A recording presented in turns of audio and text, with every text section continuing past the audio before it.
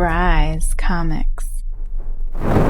Welcome to Bry's Comics. If you are visiting from one of the other handsome gentlemen on YouTube's channel today, thank you for stopping by and welcome. We got a great show for you today. 3 more undervalued keys, and I'm joined by none other than Drew from Como Comics and Mickey from Swagglehaus Comics.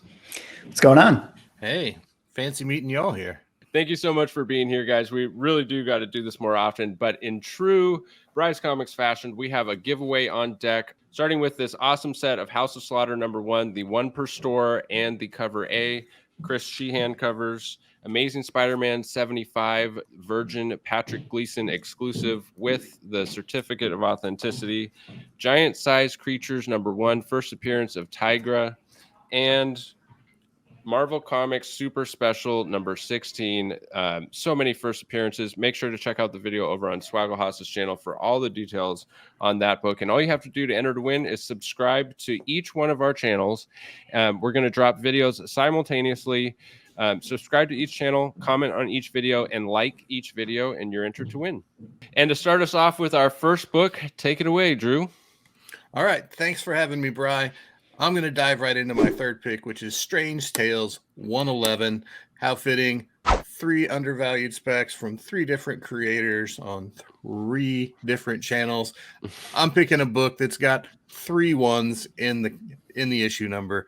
I'm probably playing this up too much, but hey, you know what? Two-Face can do it, so can I. I'll take it. So up in here, we've got the second appearance of Doctor Strange. You'll notice he's still not on the cover because, well, why would he be? Also, we've got the first appearance of Baron Mordo, the first appearance of Asbestos Man. Yes. Why he got the cover, I mean, who knows? But I love this book because it's a really old Silver Age Marvel book, and that's my thing. But the reason I think you should like this book, Baron Mordo is another one of those characters like Mickey talked about with Baron von Strucker. He's already in the MCU. We know we've got this guy out here lurking in the shadows, and we've all forgotten about him. So we've got another Doctor Strange movie coming up. We're dealing with some multiverse stuff. Why wouldn't Mordo show back up at some point to stir up some trouble? I think it just, sooner or later, you've got too good of an actor in that role to not revisit the character. And with Mordo being Strange's, like arch villain, yeah, you've got Dormammu, you got some other guys, but when you get down into like a street level, it's Strange, it's Mordo. That's just where the classic battle comes from when I think about Doctor Strange. And I look at this book and I think a lot about Tales to Astonish 90. I mean, look what happened with the Abomination this year, just because we had a half-second clip of the Abomination in a trailer for Shang-Chi. That book went nuts. I think this book could easily do the same, because really, since Doctor Strange came out a few years back, nobody has thought about this book at all. When you look at TTA 90, that book is up 187% in the 90-day average sales value versus where it was averaging in 2020. Switch that over to Strange Tales 111. This year, that book is up 59%. Dollar books are up more than 59% in 2021, everybody. This book is way undervalued, and it's really pretty cheap. I'll tell you how little people are considering this book right now. There hasn't been a sale of a 9.2 copy in 2 years. Not a lot of 9.2s, I'll give you that. There are 12 of them on a census out of a measly 450 copies of Strange Tales 111 on the census. Doctor Strange's second appearance has 450 graded copies. Let that process. 6.0, when we shift down there, 90-day average is about $586. This book wasn't even selling for $375 last year. So it's up a little bit, like I said. But it's got so much more potential. When Mordo shows back up, this thing is going to the moon, because nobody has thought about it since we all started paying a lot more for comics in the last 12 to 18 months. Yeah, I absolutely love this pick. This is a PC book for me. Mickey and I actually talked about this on a previous video that we did. And if that 9.2 does come to market, please don't bid on it, because I Gonna do some upgrading. yeah, I will move a lot of books around in my PC to get a 9.2 copy of this. They just don't come up, and that actually speaks to your point about this being undervalued. Is That's a really important event in spiking the values of comics these days, is new high sales and these record-breaking high sales, and we haven't seen that in a long time for this book. If and when it does happen, I believe we'll see trickle down for other grades. So it might be a great time to pick up some of those lower grade copies. Yeah, definitely. And like you said, I mean, there's only 450 copies on the census right now. There's about to be 451 because I sent in my book to CGC just a couple of weeks ago. So this is one that I absolutely love as well. And we've on our channels, I think we've all talked about second appearances being really appealing, especially in this sort of new market. And I mean, we're talking about Baron Mordo aside, we're talking about second Doctor Strange. I mean, that's huge in its own right. And then these are the best types of second appearances because they feature those other characters like Baron Mordo, like you said, and like Asbestos Man. I mean, we're in the crazy MCU right now. I wouldn't write Asbestos Man off of the table. You never know with these things. He could be coming in the multiverse of madness. Obviously, Marvel at one point believed in this character. I mean, he got top billing in this book. Asbestos Man has James Gunn written all over him for sure. All right, and I got one more point to tie it back into the three-peat thing. There have been 3 sales of this book in 8.0 or above in the last 12 months. I'm done. The next book on our list is Miss Marvel number 18. And this is the first full appearance of Mystique, revealed without disguise. Her first and second cameo as a disguised woman were in Miss Marvel 16 and 17 respectively. And Miss Marvel 16 would also be a good pick for Mystique, but I think the cover is holding it back a little bit, which is why I went with her first full appearance. It's a more important key in my opinion and has a really awesome cover. So even though it's more expensive than her first cameo, I think it has better long-term potential because of those two things. So this book went through the roof during Falcon and Winter Soldier after a bunch of buzz and rumors of Mystique appearing in the show, being revealed as disguised as Sharon Carter. A lot of people still have a lot of faith in that theory, but it didn't happen in the show. So in true comic book collecting fashion, it kind of fell off the map and has seen a decent dip in prices recently, which means it could be a great time to pick it up. And just to touch on that a little bit, I totally understand why this happens. There's so much noise in the comic speculation world and the MCU in particular, where each week it seems like we're getting more and more announcements. So it makes perfect sense to me why people are on to the next hot thing. I think it makes perfect sense. And I think it also creates a lot of opportunity. Case in point, books like this. So I think a great strategy for situations like this is to take note of rumors that didn't come through when expected, but are still likely to come through and buy the dip. So what are your thoughts on this phenomenon, Swag, of the on to the next hot thing that we see so often?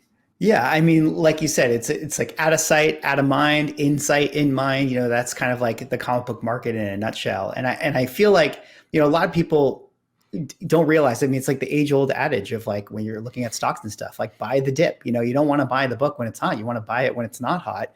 And this is a great classic Bronze Age key with a classic, what would you call it, X-universe villain in Mystique. And I feel like this is absolutely one of the best times to buy the dip. We've had the rumors, we've had peaks of this book. It's now down, on the low. Great time to get in on it. And, I think that Mystique is a character that, even though, a lot of people loved the performances with Rebecca Romijn and Jennifer Lawrence and stuff, loved her portrayal in the Fox films, I still feel like there's a lot of juice to squeeze out of that character, like a new take, especially seeing one that like, Marvel likes to do the comic accurate sort of versions of costumes and stuff. So I would love to see a Mystique in sort of the white outfit with the skull belt and things like that. And I think that we're probably going to get a version like that, eventually in the MCU. And so I think when we get that, iconic version of Mystique, this will absolutely be a book that explodes.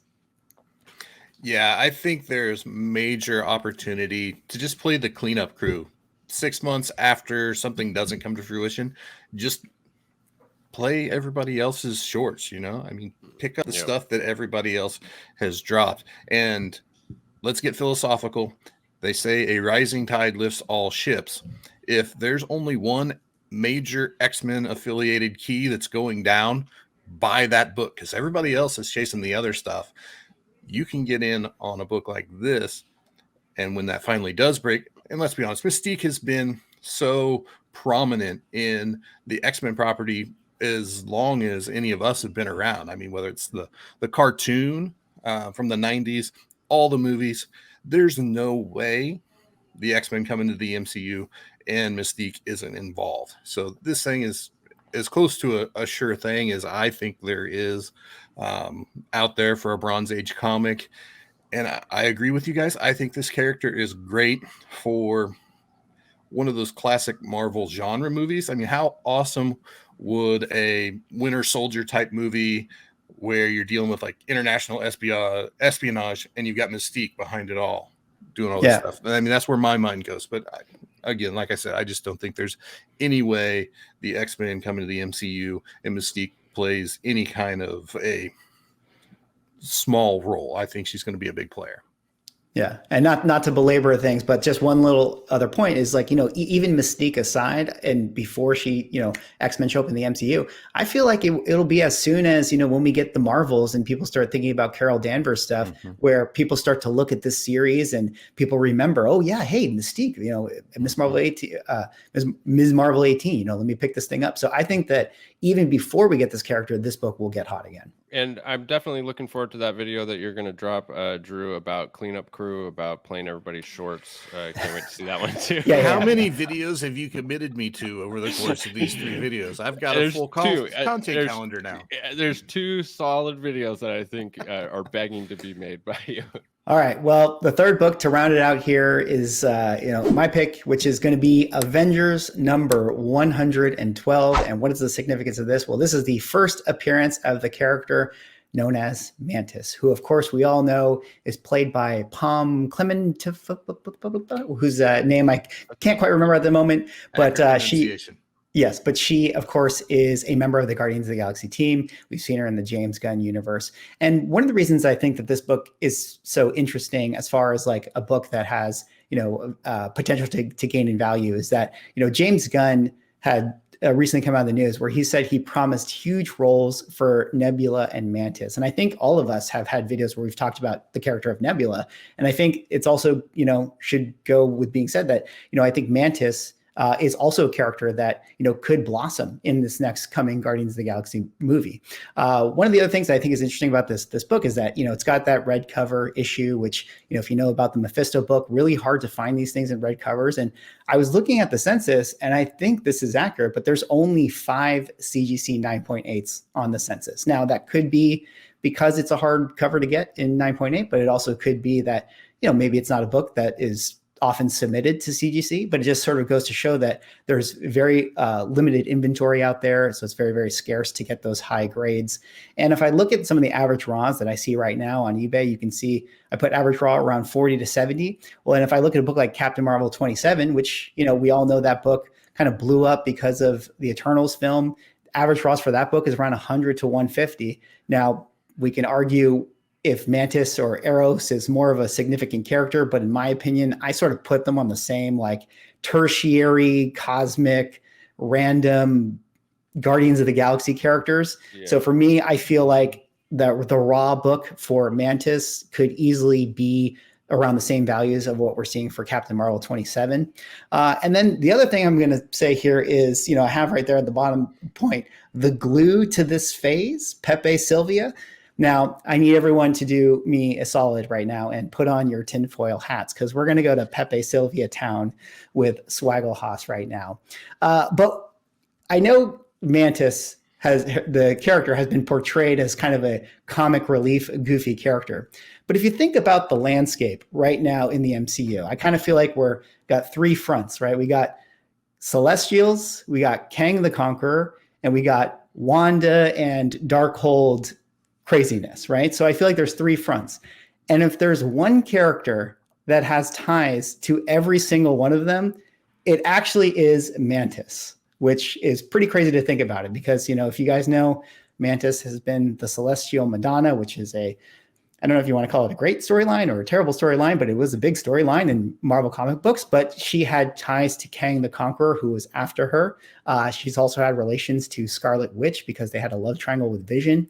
And then when we think about the Celestial aspect, Ego was a Celestial in Guardians of the Galaxy 2. I feel like they're going to have to explain that as far as it relates to the Celestials in Eternals.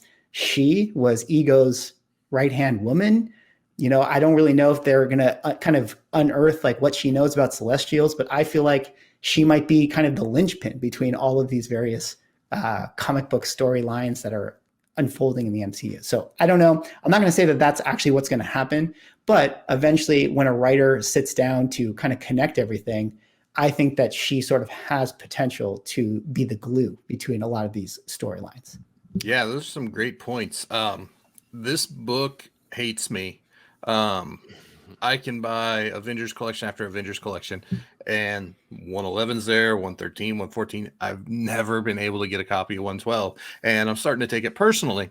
But despite all that, I think it's a great pick. I think Mantis has been around enough where if she's going to continue to be in the movies, you're going to have to dive into her character a little bit more. I think she's earned some of that development and backstory, and to just be more than the comedic relief like you mentioned. I think it's a great pick as well. I've always loved that character. I always see people cosplaying her at cons, so I think she has been underappreciated. Actually, she's probably appreciated by fans, just not by comic book collectors as far as values for the book goes. And I do remember reading an article that when she read the script for the next Guardians movie, that it had her in tears because of sadness. And the first thought that I had was that, oh no, they're going to kill her off. And you talk about the glue to this phase. It actually kind of makes perfect sense that they kill her off, her or Nebula. I think either one of those characters could be killed off in the next movie. And I don't think that that's necessarily a bad thing at all for the prices of the books associated with them, because as we mentioned in a previous video, nobody's ever dead in the MCU for one, because you've got different timelines and you got different realities. So, I mean, a death really can be a selling point for a character because it provides all of the inspiration that these characters need to do the big task at hand, is this big death that happened. And so the character shows up again and again and again, even after their death. So I don't see it as a negative thing at all. And, you could have a movie in the future that took place after she died in like the regular timeline. And now you have a new movie that takes place before. And it's just, there's so much fervor around the character because we know what's going to happen to her. So I think it's a really interesting thing to look at with comic book speculation, is the death of characters. And I do think that this is a really good pick. I'm definitely going to be on the hunt myself. Anytime there's a low census count like that, it's just super appealing as a collectible to me. Good luck. In my experience, they don't exist. I think I got one in that big collection that I got. I probably just sold it for somewhere between $40 and $70 because that's what they're worth. And that's the thing about it. If you do find it in a collection, is it's not worth that much. Yeah. So hopefully that turns around for this character. That, you guys, thank you so much for stopping by. Don't forget to subscribe to all three channels, comment on all three videos that will be dropped simultaneously for your chance to win this awesome set of books. Marvel Comics Super Special number 16, Giant Sized Creatures number 1, Amazing Spider-Man 75, Patrick Gleason Virgin exclusive, and the Trade and Virgin set of House of Slaughter number 1, Chris Sheehan, cover A and 1 per store. Swag and Como, thank you so much. We got to do it again soon. Absolutely. Thank you so much for having me. Yep. Glad to be here. All right. And we'll catch you on those other channels if you haven't already. Thanks for stopping by, guys. Peace. Bry's Comics.